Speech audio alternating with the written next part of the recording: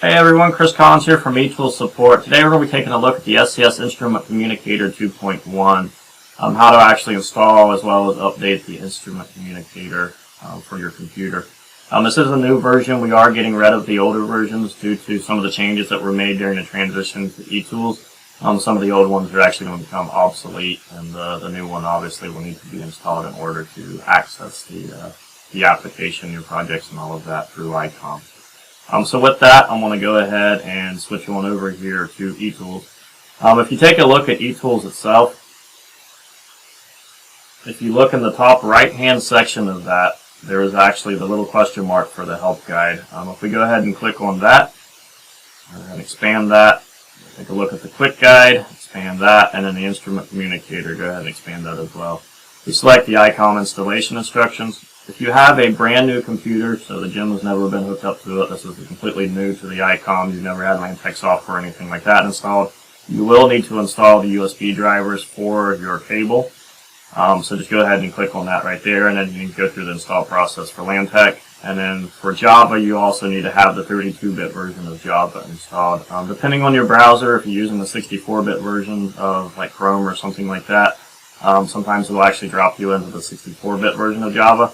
Note that for the communicator as well as the Lantec software, you need the 32-bit version of Java installed. So make sure that you have a 32-bit version of your browser open, and we'll default to that. Or you can also browse through the Java website.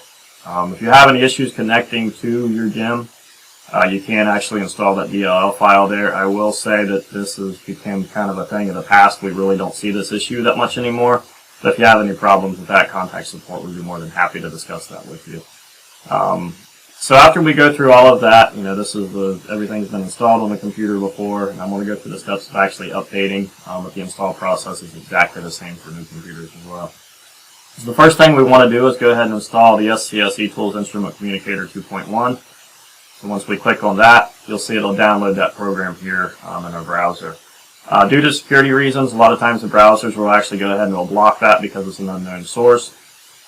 And what we need to do is actually tell them, yes, that file is okay, it's not going to harm anything. So we have to go through a couple extra steps here before we can install that. If we go ahead and we click on the three dots here, tell it to keep the file. Basically, we'll tell you, are you sure it's an unknown source, it's not verified by Microsoft. We'll go ahead and click on the drop down that says show more, and tell it to keep the file anyways. And this will become just a basic executable file here where we can install our program. So go ahead and click on open file now. And then one more time, I'll say it's basically, are you sure your computer is being protected? We'll go ahead and click on more info, and then we can tell it to go ahead and run that anyways. Once we do that, it'll start the installation process, and this is the typical wizard to go through and install the program. We'll go ahead and click next. Next again, keep everything on defaults, and go ahead and install the program. Once the program has been installed there, we're going to go ahead and click close, and then I'm going to jump on over here now to my desktop. And we're going to take a look at my desktop here. So this is the old iComm program right here. And this is the new iComm program right there. So if we need to get rid of the old one now, what we'll actually do is we'll go down to the bottom left-hand side. We'll go ahead and type in Java. Go ahead and click on Configure. Once we do that, we can jump on over here to View. And go ahead and select View, and you'll see this SCSeTools Instrument Communicator. This is the old version that shows up here. We can right-click, delete, and that'll go ahead and remove that from the computer. Note that the new version of it, if you have local projects stored, will actually transfer all of that over. It shares the same directory, so that'll be fine. By getting rid of the old one, you won't actually mess anything up regarding your local stored projects or any of that type of stuff. So go ahead and close on out of that. Click on OK. Now if I go ahead and jump on back to my desktop, you'll see that the only one that we actually have here is this iComm, the new version of it. So I'll go ahead and double click on that to go ahead and start it. And it will go ahead and pop up there. So then everything will be just exactly the way it was. Once everything gets done loading, we'll search for the instrument and that sort of thing.